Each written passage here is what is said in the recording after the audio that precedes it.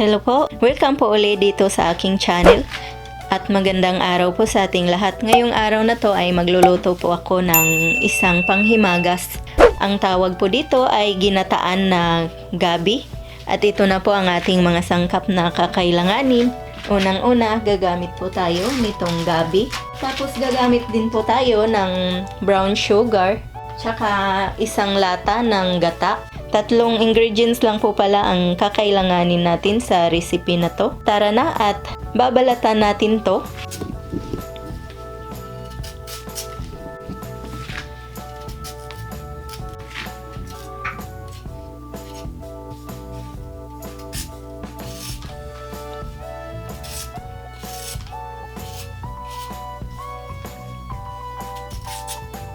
Napakasimple lang po ng reseping ito at saka masarap po siya kahit konti lang yung ating ingredients na gagamitin.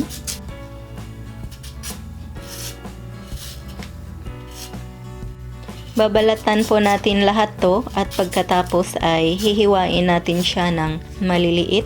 Tapos huhugasan natin siya mamaya pagkatapos nating mabalatan itong ating gabi.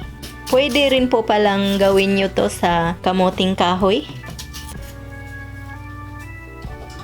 Mamaya po uli ipapakita ko po sa inyo pagka hihiwain ko na po itong ating gabi. Tsaka ko ipapakita sa inyo. So babalikan natin yan mamaya. Ngayon po ay tapos na po nating mabalatan. Huhugasan po natin to para malinis po siya. So, ayan na po ang ating gabi. Nahugasan na po yan. Tapos, ngayon ay hihiwain na po natin siya.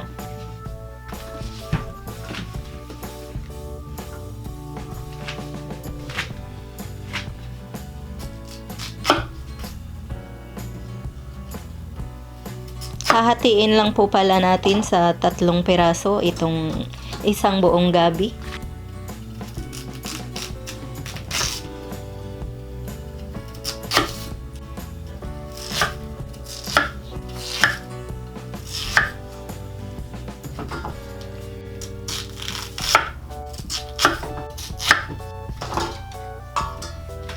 So, ayan na po, nahiwa na natin ang ating gabi. Ngayon ay ihanda na po natin ang ating lutuan para maisalang na po natin tong ating gabi na ginataan. Lulutuin po muna natin ang gabi, tsaka po natin ilalagay yung gata. Tapos lalagyan na po natin siya ng tubig.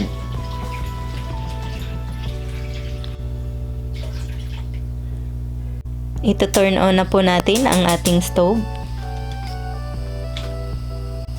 At pagkatapos po ay tatakpan po natin para maluto ang ating gabi. Yung gata ay tsaka na po natin ilalagay kapag luto na ang ating gabi.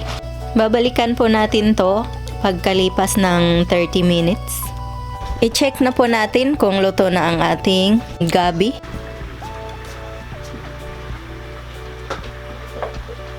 Yan, malambot na ang ating gabi. So, pwede na po nating ilagay ang ating gata.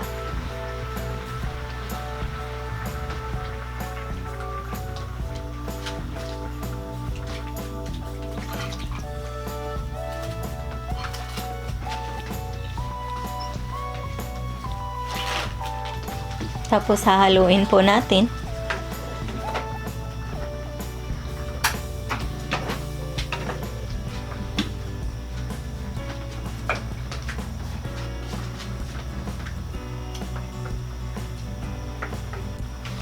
Ngayon po ay lalagyan na po natin ng asukal.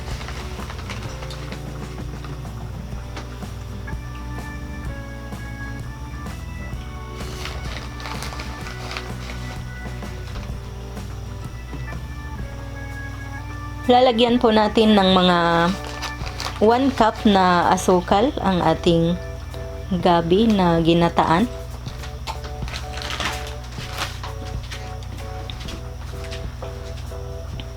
Yan, napakasarap na po niyan.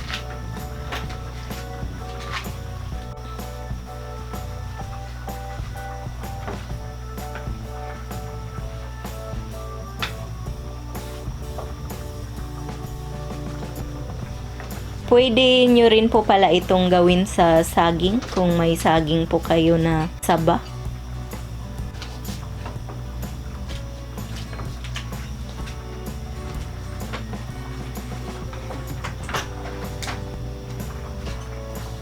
Hahaluin lang natin hanggang sa matunaw ang ating asukal.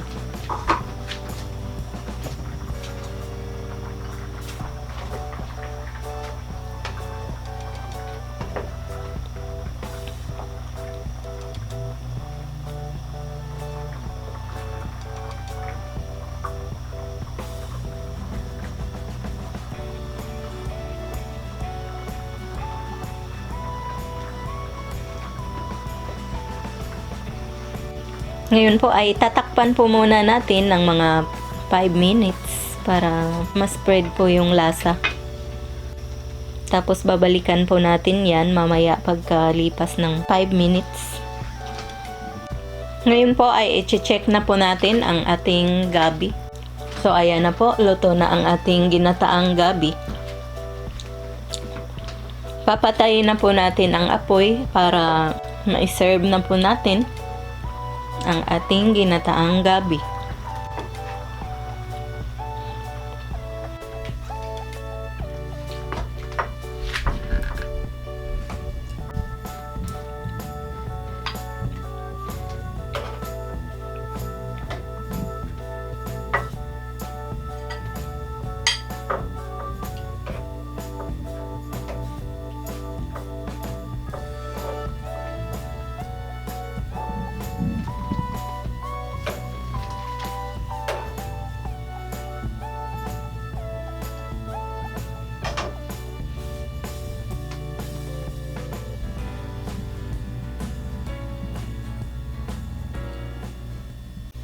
Ayan na po ang ating finished product ng ginataang gabi. Sana po ay nagustuhan nyo ang reseping ito. Maraming salamat po sa inyong panunood. Ito po ang inyong Ate Mayang na nagsasabing, mabuhay!